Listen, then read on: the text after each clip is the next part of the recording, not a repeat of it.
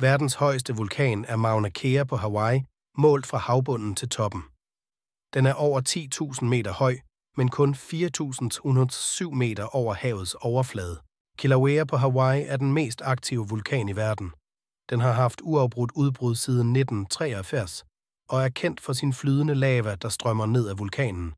Shinkai Seamount i det vestlige Stillehav er den dybeste havbundsvulkan.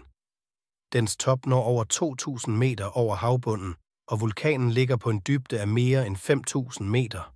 Selvom vulkaner kan være ødelæggende, kan de også være hjemsted for en række unikke livsformer. Nogle organismer trives i de varme og sure omgivelser omkring vulkaner. Vulkansk aske kan have en betydelig indvirkning på klimaet. Store udbrud kan blokere for sollyset og forårsage en global nedkøling. Vulkaner er kraftfulde naturkræfter, der kan være både farlige og fascinerende.